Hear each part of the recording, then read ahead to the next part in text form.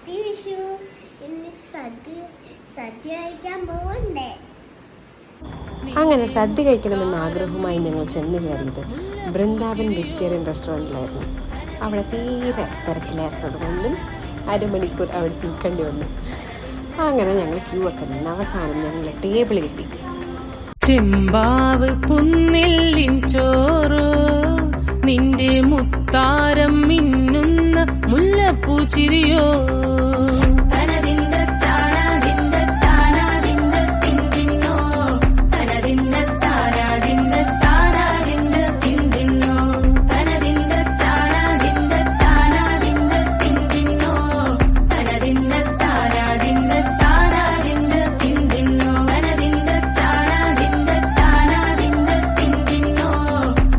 അങ്ങനെ ഞങ്ങൾ സദ്യയൊക്കെ കഴിച്ച് ഞങ്ങൾ നേരെ ലുലുവിലേക്കാണ് പോയത്.